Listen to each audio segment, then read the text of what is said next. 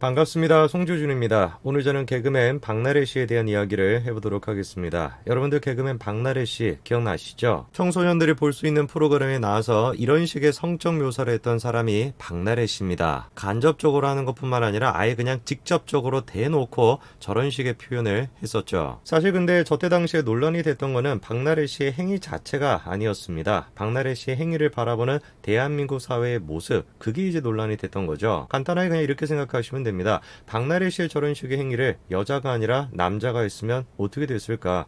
질문해서 뭐 하겠습니까? 진작에 방송계에서 퇴출되고 심지어는 구속까지 될 수도 있었겠죠. 그런데 그때 당시에 방송사는 퇴출시키기는커녕 적극적으로 박나래 씨를 보호했죠. 아예 그냥 방송에서 박나래 씨의 우는 모습까지 다 보여주면서 사실상 언론 플레이를 했었습니다. 저렇게 숱한 논란들로 인해서 계속해가지고 사람들로부터 질타를 받던 박나래 씨가 이번에 드디어 극단적인 선택을 했다고 합니다. 바로 방송에 남아서 계속 열심히 활동을 하겠다라는 것인데요. 뭔 소린가 싶으시죠?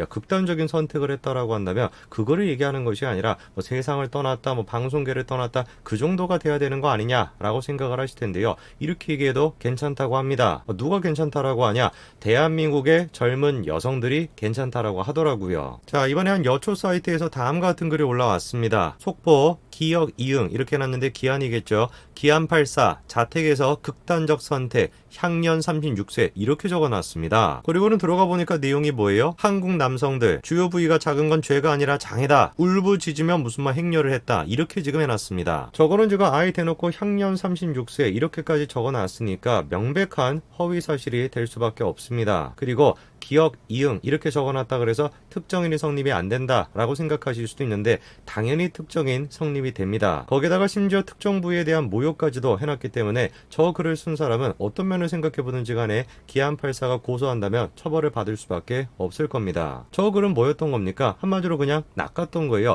근데 제가 주목하는 건 뭐냐면 저런 식으로 낚았으면은 사람들의 반응이 어때야 되겠습니까? 야, 이런 식으로 낚아가지고 되겠냐? 야, 이런 식으로 하면 되냐? 이런 비판의 목소리가 있어야 되는 것인데 어떻게 된 것인지 댓글을 보니까 진짜인 줄 알고 헐레벌떡 들어왔네. 낚은 거를 지금 비판하는 것이 아니라 오히려 기안84를 비판하고 조롱하고 있습니다. 결국에 해당 내용이 이번에 공론화가 됐습니다. 그러니까 부랴부랴 뭐하고 있어요? 야, 이거 고소당할 수 있는 거 아니냐? 이렇게 지금 반응이 나오고 있습니다. 일단 한번 봐야 되겠습니다. 도대체 최근에 기안84에게 무슨 일이 있었길래 저렇게 여초 사이트에서 현실 왜곡까지 하면서 기안84를 모욕하고 있는지 무슨 사건이 있었는지 그거부터 같이 한번 보시죠. 기안84는 현재 나 혼자 산다에 출연하고 있는데요. 사실 이분이 놀랍게도 개그맨이 아니라 만화가입니다. 이번에 대표작이 복화광이라고 하는 작품인데요. 놀랍게도 이게 2014년부터 연재가 시작이 됐습니다. 그리고 최근에 7년 만에 완결이 됐는데요. 자, 그래서 기안84가 출연한 다른 프로그램에서는 복화광 완결을 축하하는 이런 방송까지도 했었습니다. 그러면 기안84가 가장 오랫동안 출연하고 있는 나 혼자 산다는 어땠을까요? 여기도 마찬가지로 기안84의 완결을 축하하는 자리를 마련한 것 같습니다. 벌써부터 들떠가지고 몇 명이 오냐, 3명이 오냐 이러고 있죠. 자, 보니까 축하 파티를 시골에서 하는 것 같은데 준비한 게 많습니다. 웰컴 선물까지도 준비를 했고 단체 티까지 맞춰온 것 같아요. 심지어는 와가지고 뭘 할지 프로그램까지도 기안84가 준비해 온 겁니다. 근데 갑자기 전현무 씨가 뭐라고 하냐? 딴 사람들이 안 온다라는 거예요. 처음엔 그냥 단순한 장난인 줄 알았는데 알고 보니까 진짜였던 겁니다. 나 혼자 산다라고 하는 프로그램이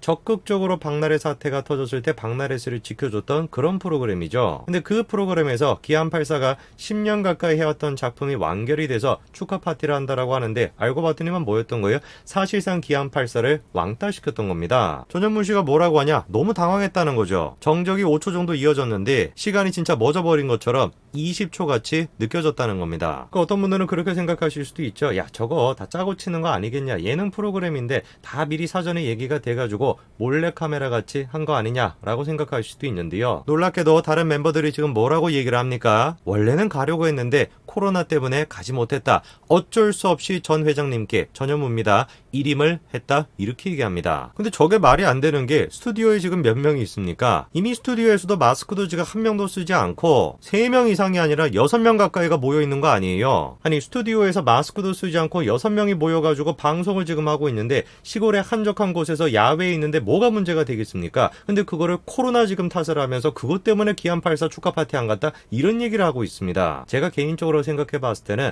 저기 지금 나 혼자 산다에 나오는 사람 중에서 제일 바쁜 나쁜 사람이 전현무 씨일 겁니다. 그렇지 않습니까? 더 웃긴 거는 뭐냐, 이런 식으로 기안84가 프로그램 내에서 왕따를 당했다라고 하는 논란이 커지니까 방송국이 어떤 식으로 대처를 했습니까? 해당 장면 관련 클립을 삭제를 해버렸어요. 그리고 MBC의 다른 프로그램을 보시면은 이런 식으로 시청자 게시판이 있습니다. 제목이 뭔지 볼 수 있고요, 작성자도 볼 수가 있습니다. 그 제목들을 보시면은 출연자에 대해 가지고 악플도 있고 뭐 다양한 의견이 있는 것이죠. 나 혼자 산다는 근데 어떠냐? 시청자 의견을 들어가 보면은 아무것도 볼 수가 없어요. 다른 사람들이 무슨 글을 지금 써놨는지를 아예 그냥 볼 수 없게끔 해놨습니다. 지난번에 박나래 씨 논란이 터졌을 때는 제목의 첫 글자는 볼 수 있게끔 뭐 그런 식으로 해놨었는데 아예 지금 그것까지도 막아버린 것 같아요. 세상 천지에 10년 가까이 해왔던 작품이 완결이 돼가지고 축하 파티를 하는데 그 축하 파티에 참석하지 않는 게 어떻게 서프라이즈 파티가 될 수가 있습니까? 만약에 대상을 바꿔가지고 기안84가 아니라 박나래 씨가 뭐 상을 받아가지고 축하 파티를 한다, 나래빵가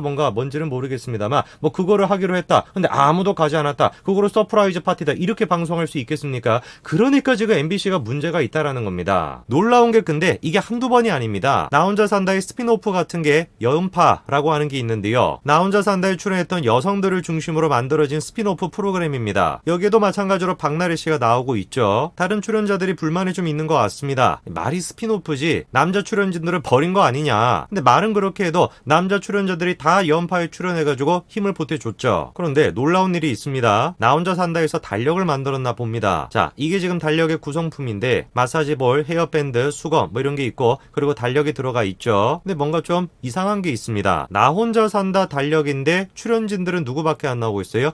여자들밖에 지금 없어요. 표지를 지금 보더라도 나 혼자 산다 출연진이 나오는 것이 아니라 여성 출연자들밖에 안 나와 있습니다. 이시연 씨가 뭐라고 합니까? 나 혼자 산다에서는 나 혼자 산다 달력을 팔아야 되는 거 아니냐. 그랬더니 박나래 씨가 우리가 무슨 같은 팀이야? 이렇게 반응을 하죠. 기가 차시죠, 그렇죠? 이게 지금 현재 대한민국 방송의 모습입니다. 그리고 이게 지금 현재 대한민국 사회의 모습인 거예요. 여자가 차별을 받으면 안 된다라고 주장하는 사람들이 정작 지금은 남자는 차별을 받아도 돼라고 주장하고 있는 거, 그게 지금 문제가 되는 것이죠. 남녀 평등이라고 하는 것은 남녀가 똑같은 결과를 받아야 된다라는 뜻이 결코 아닙니다. 남녀가 평등하다라고 하는 것은 남자가 됐건 여자가 됐건 성별에 따라 가지고 대우를 받는 것이 아니라 철저하게 실력에 따라 가지고 대우를 받는 거, 그게 진정한 남녀 평등의 의미죠. 100만 원치 일을 했으면 100만 원치의 보상을 받으면 되는 것이고, 50만 원치 일을 했으면 50만 원치의 결과를 받으면 되는 것입니다. 근데 현재 지금 사회가 어떤 사회입니까? 남녀 평등을 외치면서 50만 원치밖에 일을 안 했음에도 불구하고 나는 여자니까 100만 원치를 받아야 돼, 그런 얘기를 지금 하고 있는 거예요. 말도 안 되는 얘기죠. 모든 것들이 지금 뒤집어 엎어지고 있습니다. 대한민국에 정상적으로 존재했던 모든 가치관들이 지금 다 무너져 내리고 있어요. 뭐에 의해 가지고? 남녀 평등이라고 하는 폭력에 의해 가지고. 한번 이 영상의 반응도 제가 한번 지켜보겠습니다.